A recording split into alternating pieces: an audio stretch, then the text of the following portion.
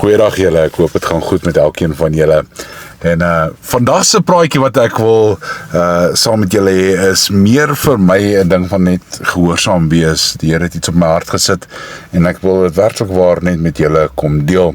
En as dit vir jou is, vat dit asseblief met alles. En ek hoop dat die Here vir jou wysheid sal gee en groei uit hierdie gedeelte. So ek wil oor Elia praat. Elia, die gedeelte toe hy in die woestyn gehardloop het.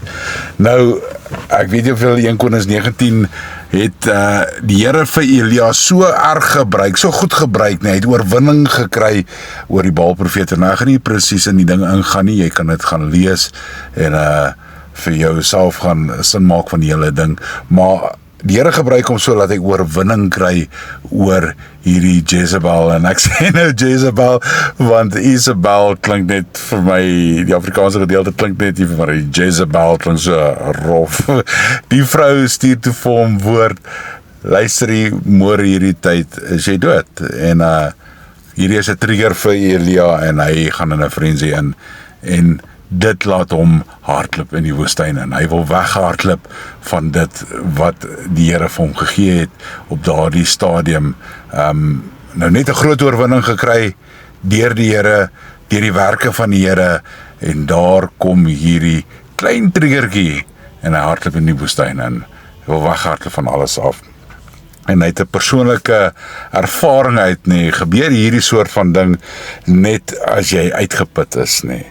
As jy geestelik moeg is, as jy teleurstelling deurgegaan het, wanhoop, hierdie soort van dinge wat op jou afdruk, en jy het nie 'n balans in dit wat jy doen, jy is nie doelgerig in die werk van die Here, wat hy vir jou uiteengesit het nie, en al hierdie dinge druk so op jou, dan gebeur hierdie soort van depressie waarin jy inbeweeg, en jy hardloop weg met die eerste trigger wat daar vir jou is, hardloop jy in jou woestyn en hardloop jy weg van die probleme af, van dit wat die Here vir jou het.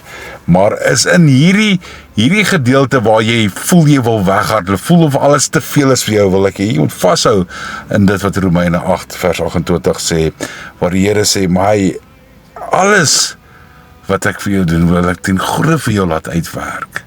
Hierdie is beloftes waar ons moet vashou aan wat die Here vir ons wil doen. En ek wil kom en ek wil vir jou sê, dis normaal wat jy deurgaan. Dis normaal om mismoedig te word. Maar ek wil vir jou iets gee wat jy kan vashou. Dit wat Dawid, koning Dawid, die een wie God so lief gehad het, hy het gesê, my hoop bly nog steeds in God. Maak nie saak wat om my aangaan nie, my hoop bly nog steeds in God. En as ek vir jou 'n Engelse weergawe kan deurlees wat Psalm 42 vers 5 sê, staan daar, why my soul are you downcast? Why so disturbed within me? Put your hope in God, for I will yet praise him, my Saviour and my God. Moenie laat los, die Here laat los nie. Hou bly by sy voete, hou vas aan sy woord. Maak nie saak hoe erg die omstandighede is nie, maak nie saak hoeveel kere jy wil weghardloop nie. Bly by die voete van die Here.